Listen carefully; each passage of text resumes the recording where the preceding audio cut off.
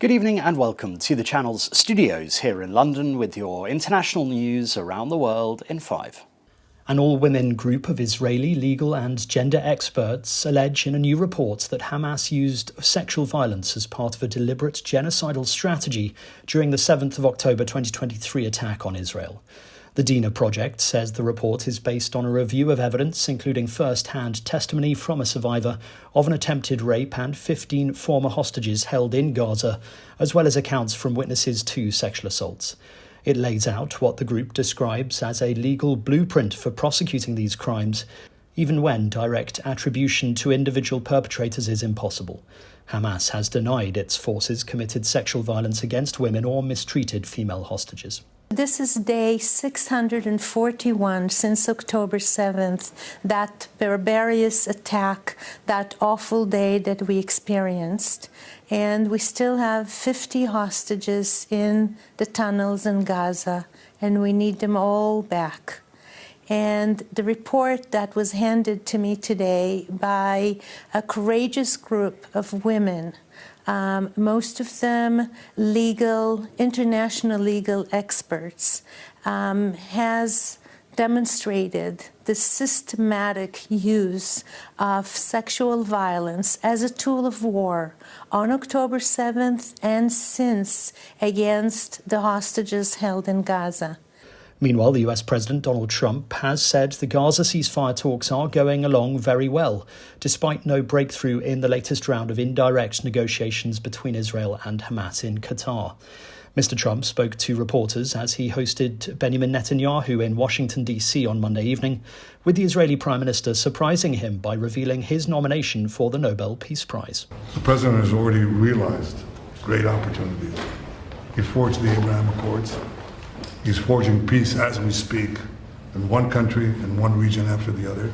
So I want to present to you, Mr. President, the letter I sent to the Nobel Prize Committee. It's nominating you for the Peace Prize, which is well deserved, and you should get it.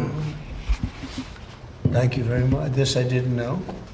And we've had great cooperation from surrounding Israel, surrounding countries, great cooperation from every single one of them. So something good will happen.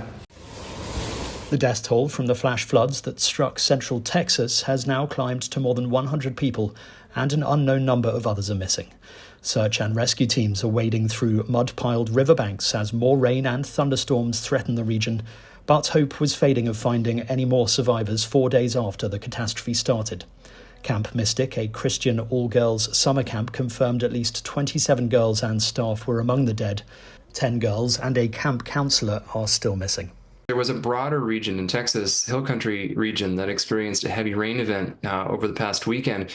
But the real focus has been on the Guadalupe River region, where just an incredible overnight deluge, torrential thunderstorms dropped inches of rain per hour for several hours on a sustained basis.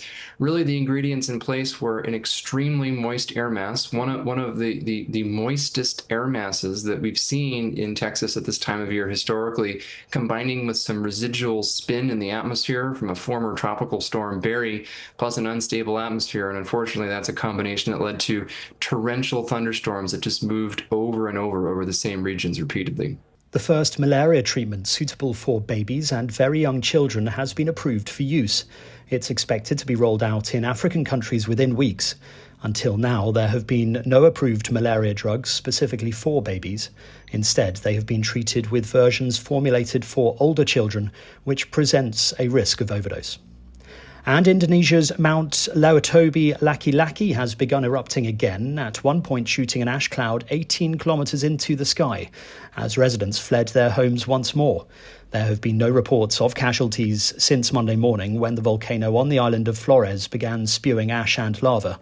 Authorities have placed it on the highest alert level since an earlier round of eruptions 3 weeks ago. At least 24 flights to and from the neighbouring resort island of Bali were cancelled, though some have resumed on Tuesday. And that's your international news around the world in 5. Now back to the channel's studios in Lagos.